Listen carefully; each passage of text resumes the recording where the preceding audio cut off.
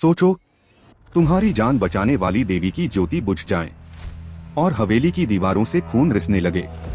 क्या तुम उस शैतान की परछाई से बच पाओगे जो तुम्हारी आत्मा को कैद करना चाहता है? गांव में नवरात्रि का दूसरा दिन था। पहली रात मां की ज्योति ने डाकिनी का नाश कर दिया था, लेकिन गांव वालों को नहीं पता था कि यह अंत नहीं, बस एक भयानक शुरुआत थी। डाकिनी की राख के साथ ही उस शापित हवेली में दबा हुआ डर भी जाग गया था। आधी रात को हवा में एक अजीब सी सड़ांध खुल गई। पास के पेड़ों की टहनियां भी सूखने लगी थीं। तभी हवेली से किसी प्राचीन ढोल जैसी एक धीमी थाप की आवाज आने लगी। यह थाप दिल की धड़कन नहीं, बल्कि मौत की दस्तक थी। हवेली की पत्थर की दीवारों से लाल चिपचिपा खून रिसने लगा था, जैसे वह खुद ही रो रही हो। टूटी खिड़की से बाहर निकलती लाल रोशनी ऐसी लग रही थी जैसे कोई जलता हुआ अंगारा आंखें मूंद रहा हो। पंडित ने रवि, पायल, सोनू और आकाश को एकटक देखते हुए गंभीर आवाज में कहा, ये हवेली शापित है। 100 साल पहले यहाँ एक तांत्रिक ने डाकिनी को बुलाया था, लेकिन वह उसे वश में नहीं कर सका। तांत्रिक मारा गया, मगर उसकी आत्मा और डाकिनी की छाया यहाँ हमेशा के लिए कैद हो गई। रवि, जो हमेशा बहादुर बनने की कोशिश करता था, उसने कहा, हमें डर को खत्म करना होगा। पायल, जिसकी माँ उसे हमेशा आरती करना सिखाती थी, ने अपनी माँ की दी हुई छोटी सी चुनरी पकड़ी। सोनू और आकाश एक दूसरे की तरफ देखकर चुपचाप रवि के पीछे चल पड़े। जैसे ही उन्होंने जंग लगे दरवाजे को धक्का दिया, एक ठंडी सड़ी हुई हवा का झोंका अंदर से बाहर आया, जिसने उनकी रूह तक को कंपा दिया। अंदर की दीवारों पर स्याह खून से प्राचीन मंत्र और अजीबोगरीब आकृतियां बनी थीं, जो अब भी टपक रही थीं। कोने में रखी एक खंडित मूर्ति से अचानक एक भयानक बूढ़ी हंसी की आवाज आई।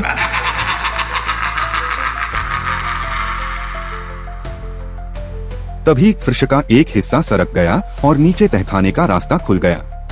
वहां राख और धुएं से बना एक काला साया खड़ा था, साधक का प्रेत। उसकी आंखें अंगारों की तरह चमक रही थीं। उसकी आवाज पत्थरों को चीरती हुई आई, तुम्हारी देवी ने मेरी डाकिनी को जला दिया, लेकिन अब ये हवेली मेरी है और मेरी आत्मा को शांति तभी मिलेगी जब तुम सब हमेशा के लिए यहाँ कैद हो जाओगे।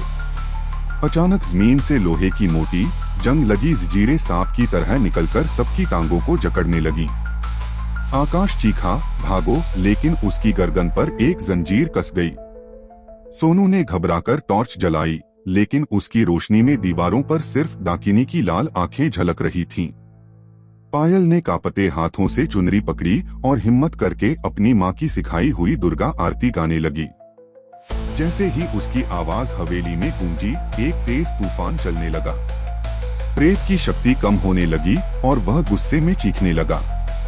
उसने आकाश को जंजीर से ऊपर उठा लिया और बोला, तुम्हारी आरती मुझे रोक नहीं सकती। रवि ने पलक झपकते ही जेब से पंडित की दी हुई भस्म निकाली।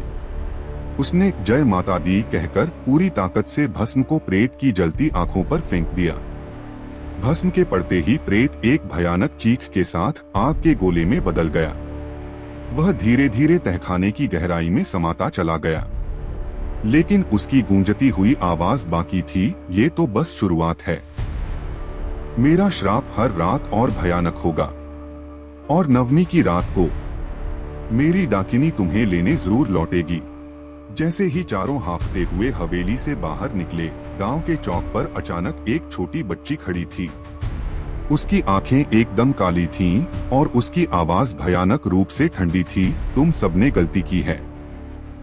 अगली रात तालाब से दूर रहना। और यह कहकर वह पल भर में हवा में गायब हो गई, जैसे वह कभी थी ही नहीं। इस कहानी में सोनू और उसके दोस्तों को हवेली से बाहर माता रानी की चुनरी और मंत्रोच्चारण ने बचा लिया, लेकिन आगे क्या होगा? वो बच्ची कौन थी?